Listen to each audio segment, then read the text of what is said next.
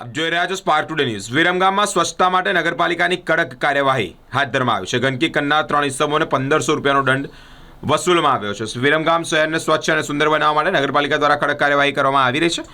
નગરપાલિકાના chief officer Jayesh પટેલે શહેરના વિવિધ વિસ્તારોમાં ચાલી રહેલી સફાઈ કામગીરીની જાતે સમીક્ષા પણ કરી છે। આ દરમિયાન જાહેર સ્થળોએ ગંદકી કરતા 3 ઇસમોને ઝડપી પાડવામાં આવ્યા છે।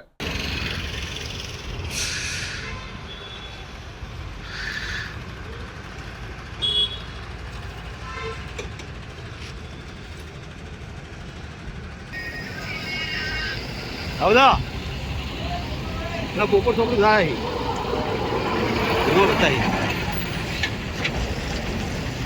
પોપર છોકરું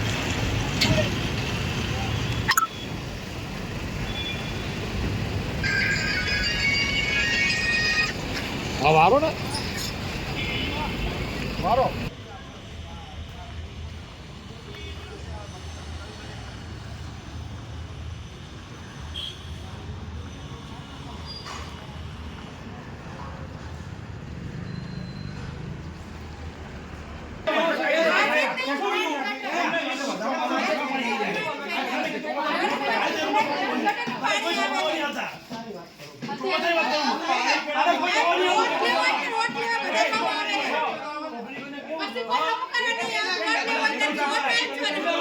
પછી